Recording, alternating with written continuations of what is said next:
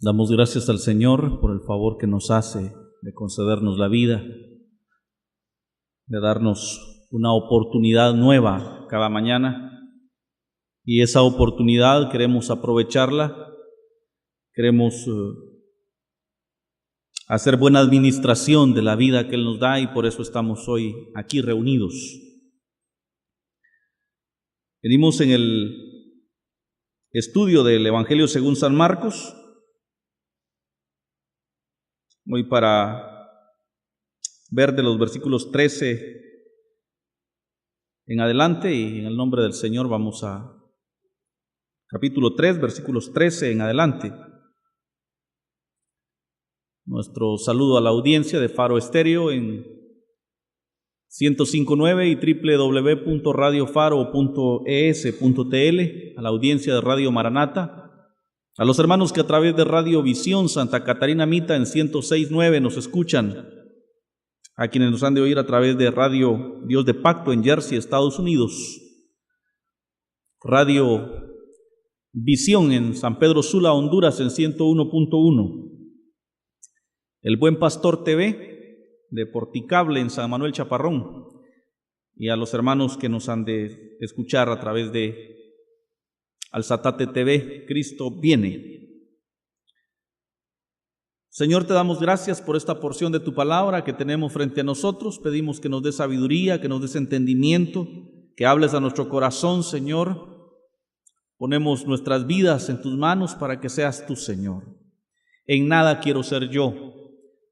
Toma apenas mi voz, Señor, pero que sean tus palabras, tus pensamientos, tus ideales, tus maneras y no las mías, Señor. Pongo esta porción delante de este pueblo, Señor, con el anhelo que sea el alimento, que sea el sustento que cada uno está necesitando, mi Dios. En el nombre bendito de Jesús, gracias te damos. Amén.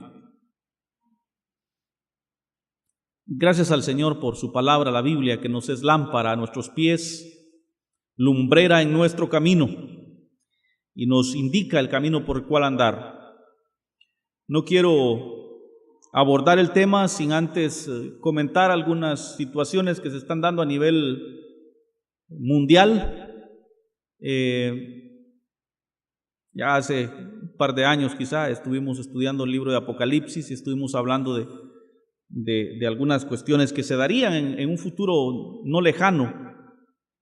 Precisamente esta tarde, mientras aquí era de tarde, en Israel era la mañana del viernes, se estaba sepultando, dando entierro al último de los fundadores de la nación hebrea, Shimón Peres, que fue 2 veces presidente, 3 veces primer ministro,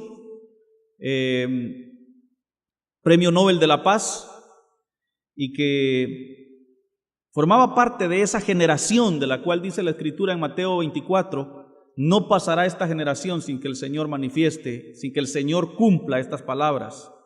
No dudo que haya judíos civiles que no participaron ni de la política de ese tiempo, pero que aún viven. Pero si este Señor muere a los 93 años y se considera el último de los fundadores de la nación hebrea en estar vivo, eso nos dice, mis hermanos, que el tiempo es corto ya, que realmente no queda mucho de tiempo para que el Señor se manifieste en las nubes del cielo.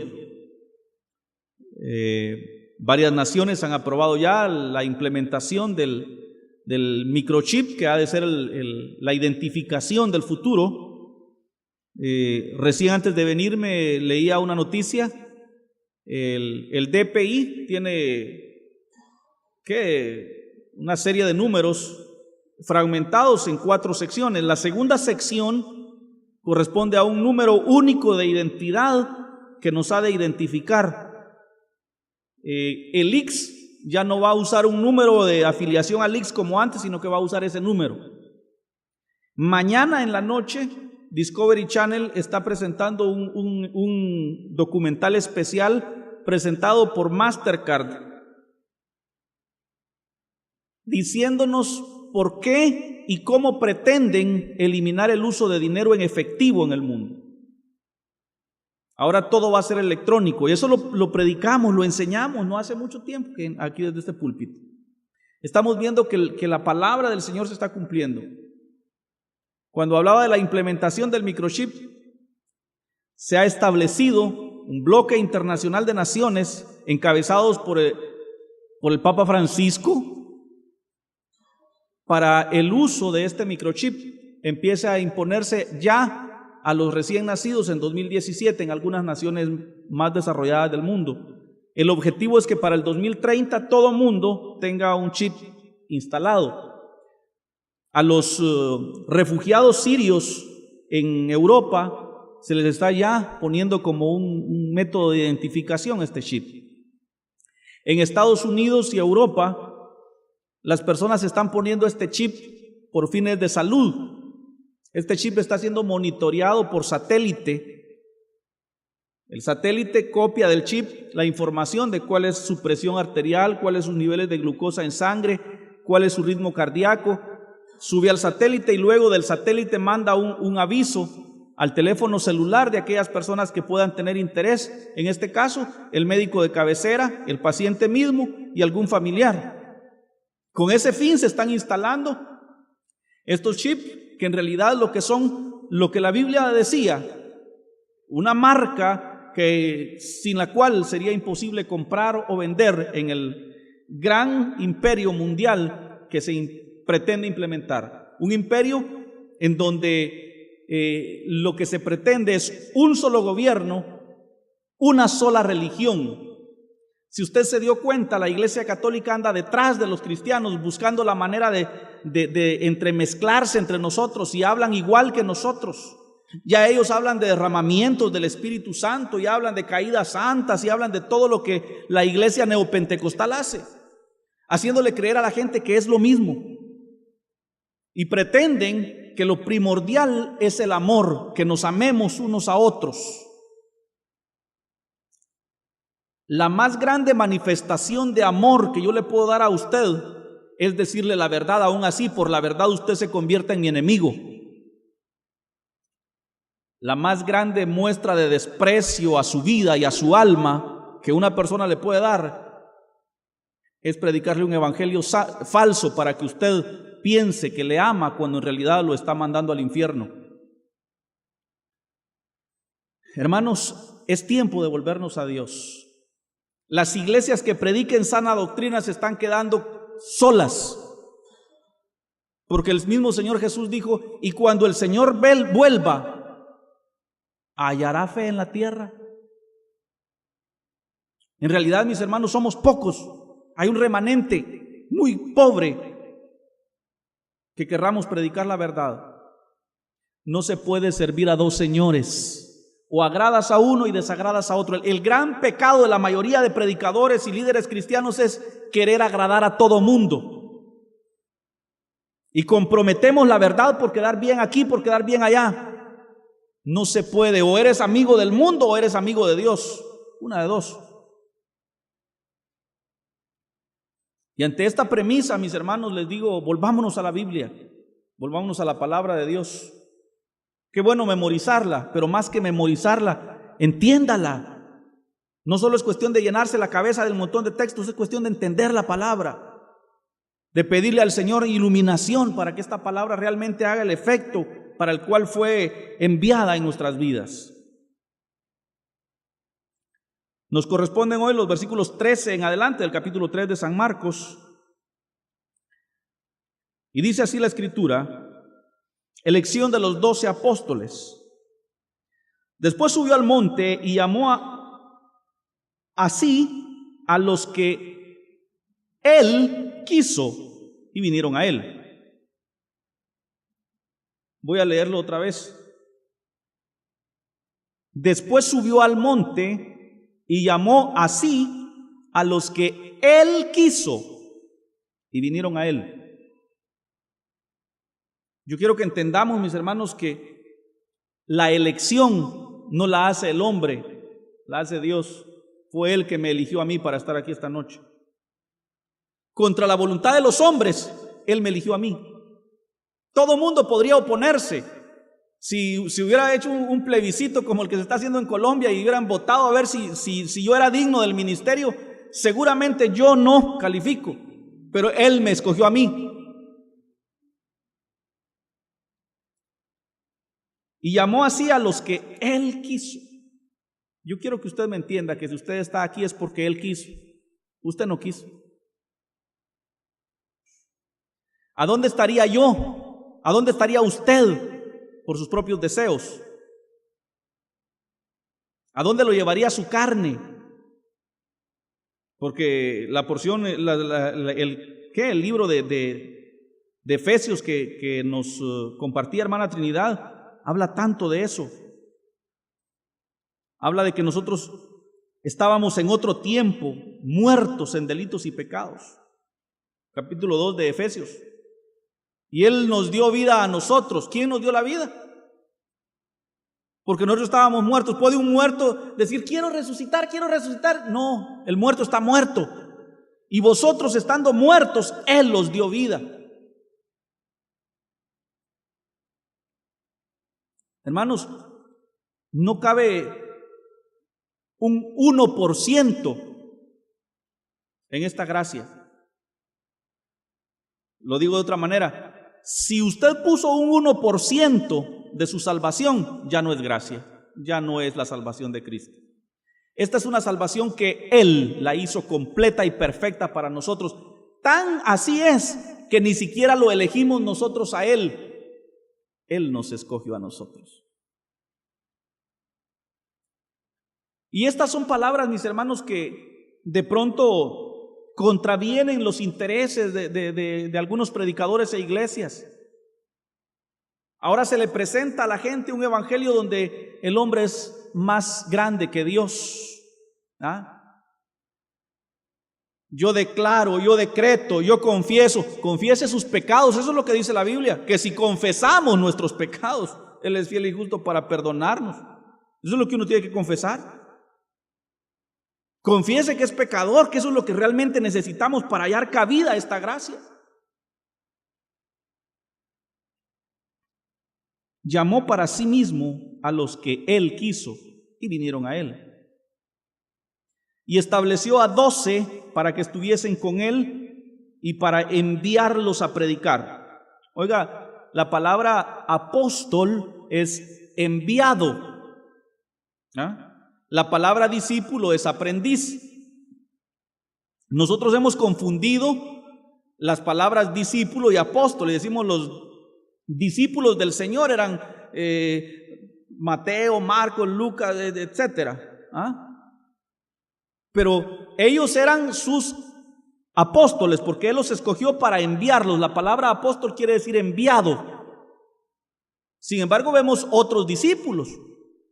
Por ejemplo, de José de Arimatea se dice que era discípulo de Jesús, a encubiertas, pero era discípulo del Señor, era su aprendiz. No dice que era su apóstol. ¿Por qué hago esta diferencia? ¿Por qué hago este señalamiento? Porque han surgido muchos hoy haciéndose llamar apóstoles.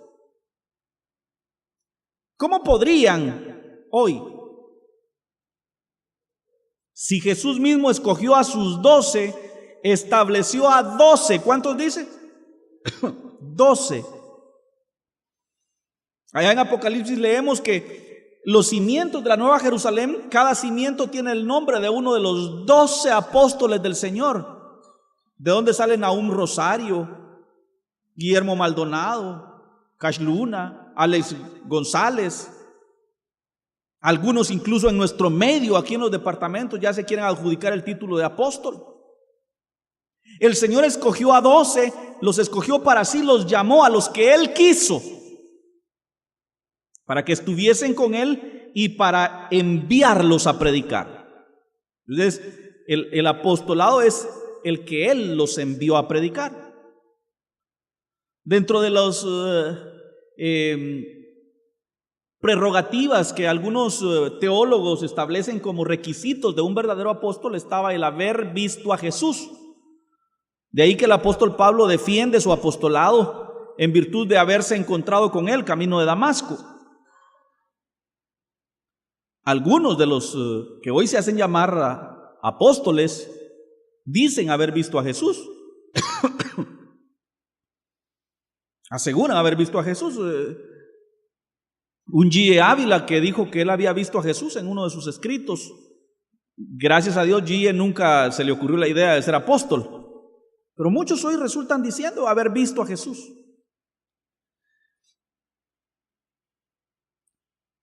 Y dice que les dio que tuviesen autoridad para sanar enfermedades y para echar fuera demonios. Y los que llamó son Simón, a quien puso por sobrenombre Pedro. Pedro era un apodo, un sobrenombre.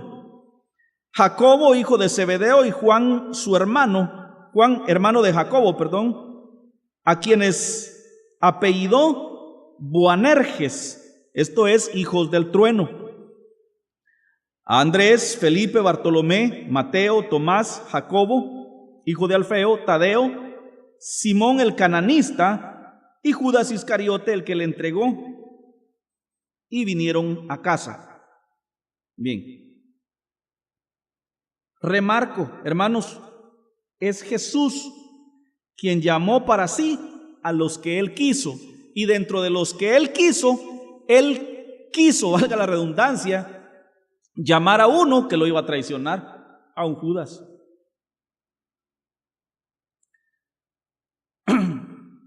Y este Judas fue electo por Jesús para que se cumpliese la palabra de que su íntimo, su cercano, le iba a entregar, como lo profetiza el mismo David en uno de sus salmos. Considerar, mis hermanos, que la elección pertenece al Señor, así como lo establece el apóstol Pablo en la carta a los Romanos, capítulo 5,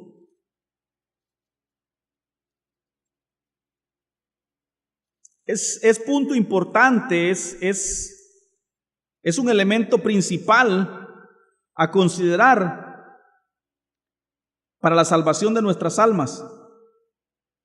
Es el capítulo 8 de Romanos.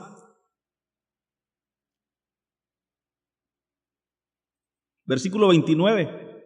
Porque a los que antes conoció, también los predestinó para que fuesen hechos conforme a la imagen de su Hijo, para que Él sea el primogénito entre muchos hermanos. Y a los que predestinó, a estos también llamó. Si se da cuenta, establece un conoció primero. Luego dice, predestinó, preparó un plan para ellos. Y después los llamó. Entonces vemos a todos estos que mencionábamos, Pedro, Jacobo, Zebedeo, todos estos, Él los conoció primero. Y después dice, los predestinó. Entonces, conocerlo, alguien diría, bueno, tal vez preguntó ahí en la vecindad quién era Pedro. No, porque cuando dice predestinó, quiere decir que si los conoció antes de predestinarlos, y la palabra predestinación quiere decir preparó un destino previo a que ellos existieran. Entonces, cuando dice que los conoció antes de la creación. Quiero decirte que el Señor te conoce aún antes de haber hecho el mundo. Él sabía quién es cada uno de nosotros. Esto va más allá del entendimiento humano, puesto que nosotros vivimos en una línea que se llama la línea del tiempo. Y paralela a la línea del tiempo, o sea, a la par, hay otra línea que se llama eternidad. En la eternidad no hay ayer ni hay mañana. En la eternidad todo el tiempo es hoy. Si es que se puede usar la palabra tiempo. Entonces, el que vive en la eternidad conoce de fu a fa, el alfa y la omega, el principio y el fin. Lo que ahora nosotros vemos como noticia, eso él ya lo sabía antes de crear el mundo. Entonces, sí me capta el punto aquí. Es complejo, porque nosotros que estamos acostumbrados a vivir en el tiempo, nos resulta una cuestión demasiado compleja entender qué es la eternidad. Pero esa es la realidad que la Biblia enseña.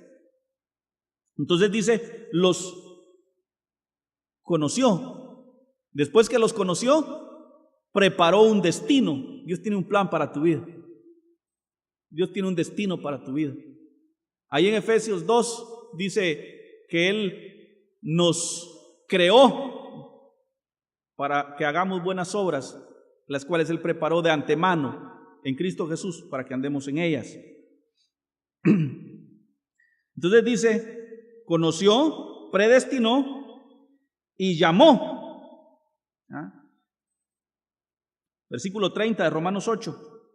Y a los que predestinó a estos también llamó, y a los que llamó a estos también, oiga la cuarta parte, los justificó y a estos también glorificó.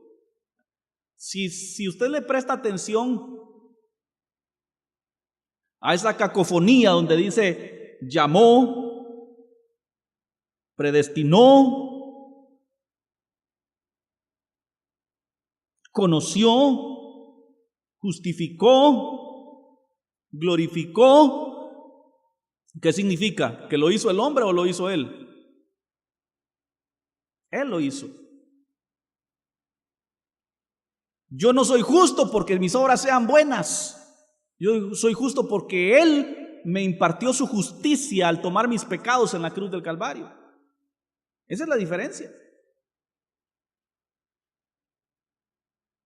¿Qué pues diremos a esto? Si Él lo hizo todo por nosotros, versículo 31, ¿quién será contra nosotros? Yo quiero que usted agarre el paquete ese completo y lo aplique a su vida. Dios me conoció, me predestinó, me llamó, me justificó y me glorificó. Dios lo hizo. A ver, ¿quién puede ahora hallar cabida para destruirme? Aquel que está en mi mano, dice, nadie lo arrebatará de mi mano. No sé si usted podría, como quien dice, agarrar cada uno de sus dedos, ¿verdad? Imaginar que usted es este otro.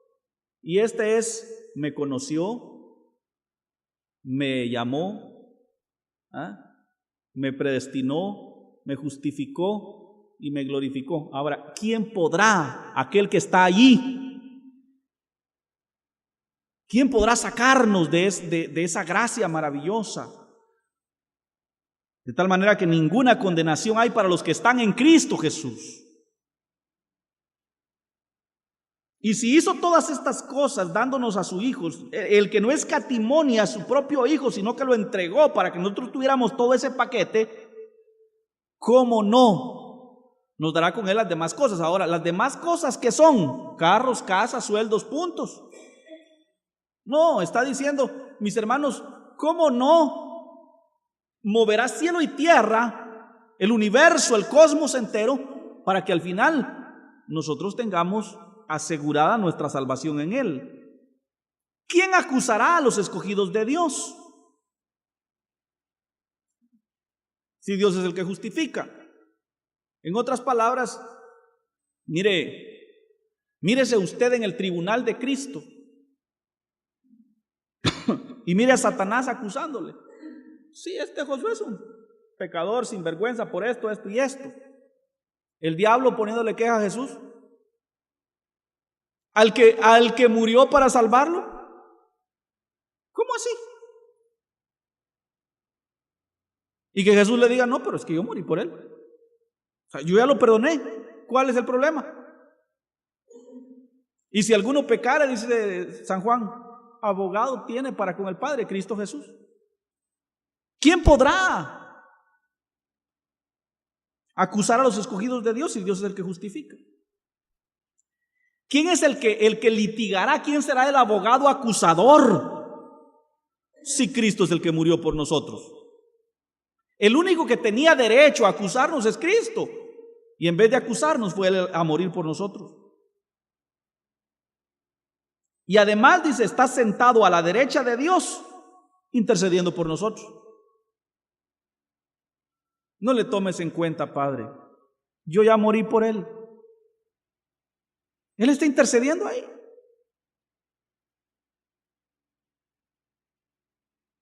De tal manera que el apóstol Pablo se emociona y el versículo 35 dice, ¿quién? Pero ¿quién nos separará del amor de Dios que es a través de Cristo Jesús? O sea, al final, ¿quién podría hacer ahora que nosotros seamos condenados. La muerte, tribulación, dice que hablábamos de que estamos a punto de entrar a tribulación, angustia, persecución, que muchos ya somos perseguidos en este tiempo, hambre, desnudez, peligro o espada. Nada de eso podrá hacer que Dios deje abandonados a los que una vez Él escogió, predestinó, llamó, justificó y glorificó. Si regresamos al texto de San Marcos, mis hermanos, ese versículo 13 es elemental cuando dice: y llamó para sí o a sí mismo a los que Él quiso, y vinieron a Él. Versículo 20: y se agolpó de nuevo la gente, de modo que ellos ni aún podían comer pan. Cuando lo oyeron los suyos, vinieron para prenderle, porque decían: está loco, está fuera de sí. Pero los escribas que habían venido de Jerusalén decían que tenía a Belzebú, y que por el príncipe de los demonios echaba fuera demonios. Y habiéndolos llamado, les decía en parábolas: ¿cómo puede Satanás echar fuera a Satanás? O sea, si yo estoy endemoniado, ¿por qué los demonios se van? Si un reino está dividido contra sí mismo, tal reino no puede permanecer. Y si una casa está dividida contra sí misma, tal casa no puede permanecer. Y si Satanás se levanta contra sí mismo y se divide, no puede permanecer, sino que ha llegado su fin. Habla de un principio que es el principio de la unidad. Dice Jesús: ¿cómo sería posible que Satanás guerree contra sí mismo?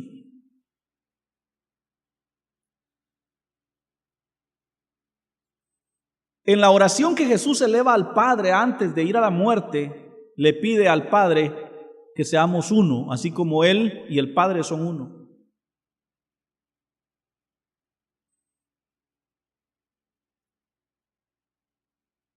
El llamado es a la unidad, y Satanás lo sabe. Por eso Satanás no se pelea contra sus demonios.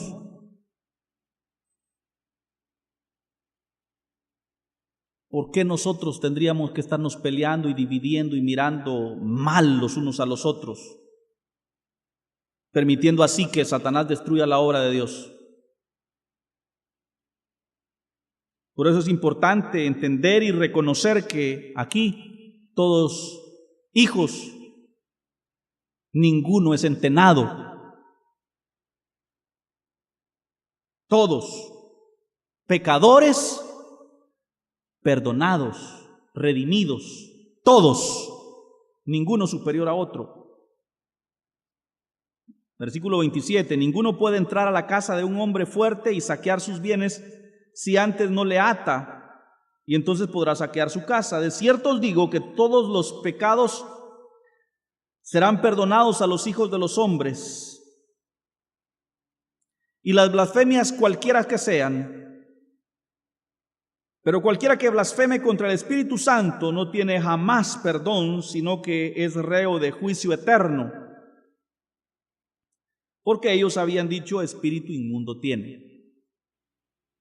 Qué tremendo, porque le está diciendo a los escribas y fariseos que su pecado no tiene perdón.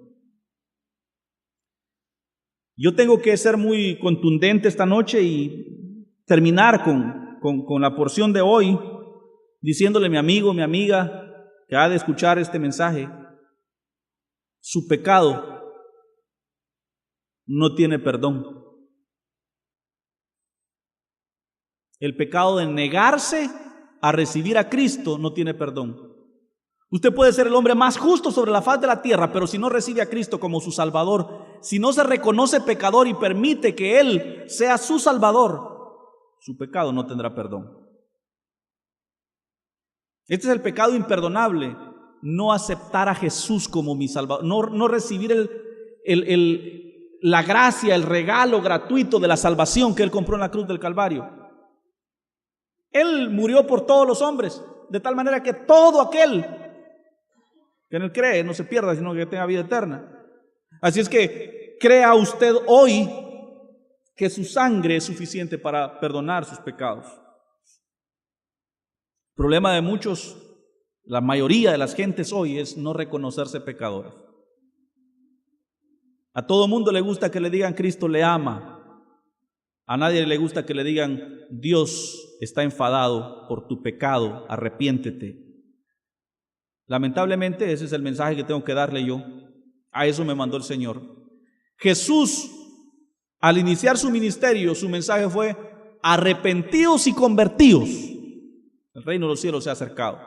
Yo tengo que decirle hoy: arrepiéntase, conviértase de sus malos caminos a Cristo, acepte la gracia, acepte el regalo gratuito del perdón que Él ofrece. Tristemente tengo que reconocer que, como dice el versículo 13, no depende de usted. Si Él lo escogió para Él, me entenderá el mensaje, y si no, se quedará rabiando y diciendo que soy un abusivo. Mi trabajo es invitarle a venir, y si usted es de los convidados del Señor, vendrá. Pero si no, nada ni nadie le podrá hacer cambiar de su parecer. Apague la radio, apague la tele, cambie canal, haga lo que quiera. Nada va a poder hacer que en esa su cabezota entre el concepto y diga: necesito humillarme y postrarme a los pies del Señor. Porque Él es el que elige, Él es el que escoge. Al final, no escogí yo al Señor, me escogió Él a mí. Y si usted es de los escogidos del Señor y siente esa llama ardiendo en su corazón, si al oír estas palabras usted se identifica y dice: ese es el mensaje que yo necesitaba oír. Si alcanzas a oír hoy su voz, dice el apóstol, no endurezcáis vuestro corazón, no sea necio. Si usted alcanza a entender y esta palabra hace mella en su corazón, hay gente que llora, pero no quiere. Si usted alcanza a sentir ese llamado, no se endurezca, porque eso significa que Dios lo ha escogido. Y quiero decirle que si Dios lo ha escogido para su salvación eterna, tiene dos opciones: o entra por las buenas, o entra por las malas, con una pata quebrada. Después de un golpe, después de una tragedia de la vida. Si usted es de los escogidos, si usted alcanza a oír la voz del pastor que le llama por su nombre, ahora es cuando diga presente. No cuando allá se pase, no, hoy diga presente: Señor, aquí estoy, heme aquí, como dijo Samuel. Póngase a las órdenes del jefe. Él le ama, Él dio su vida por usted y le está llamando esta noche por su nombre, así como llamó a estos 12 por su nombre. Dice que a los que Él quiso, a esos llamó para que vinieran. Y los llamó por su nombre: a Simón, a Jacobo, a Andrés, a Felipe, a Bartolomeo, a Mateo, a Tomás, a Jacobo, por nombre. Si usted alcanza a oír su nombre, quiero contarle la historia. Tal vez ustedes que miran mucha televisión han visto a un peludo con cola de caballo que cuenta chistes, Teo González. Este Teo González sale contando chistes ahí en la tele de un modo y otro. Le habían hablado de Cristo, su vida, una vida destrozada. Se paraba en el escenario para contar sus chistes y le sonría a todo el mundo, pero vacío del alma. Un día, alguien le habla de Cristo y le regala un pequeño Nuevo Testamento. Y cuando llega al hotel donde está hospedado, desesperado por droga, por algo que saciara su necesidad, algo que llenara su vacío, abrió el Nuevo Testamento Y al abrir el Nuevo Testamento, cae en el capítulo 1 de San Lucas y empieza a leer. Muchos han tratado de poner en orden la historia de las cosas que entre nosotros han sido ciertísimas, tal como nos las enseñaron los que desde el principio lo vieron con sus ojos y fueron ministros de la palabra. Me ha parecido también a mí, después de haber investigado con diligencia todas las cosas desde su origen, escribírtelas por orden, oh excelentísimo Teófilo, que ese es el nombre de este humorista. Y Teófilo, o Teo González, empezó a llorar y dijo: ¿cómo es posible? ¿Cómo es posible que tanto tiempo Dios me haya andado buscando y yo me he negado a recibirle? ¿Cómo es por molestia de escribirle a mí? Y le entregó su corazón al Señor. Si tú alcanzas a oír la voz de Dios que te llama por tu nombre, no demores en venir. Cristo Jesús, te damos gracias por esta palabra, por esta porción de la Escritura, Señor, y por aquellos a los cuales tú escogiste desde antes de la fundación del mundo y predestinaste para que sean tuyos, y que a través de este mensaje los estás llamando. Te pido por ellos, Señor, para que no endurezcan su corazón y esta palabra cumpla el propósito al cual la enviaste. Gracias, Señor, que me permites ser tu mensajero, aún en contra de la voluntad de muchos. Ha sido tu voluntad, ha sido tu parecer, fuiste tú quien me llamó, y te doy gracias por ese honor tan grande, tan inmerecible, oh Dios. Hazme útil, hazme tu instrumento, Señor, que tu palabra cumpla su propósito en labios de tu siervo. En el nombre de Jesús. Amén.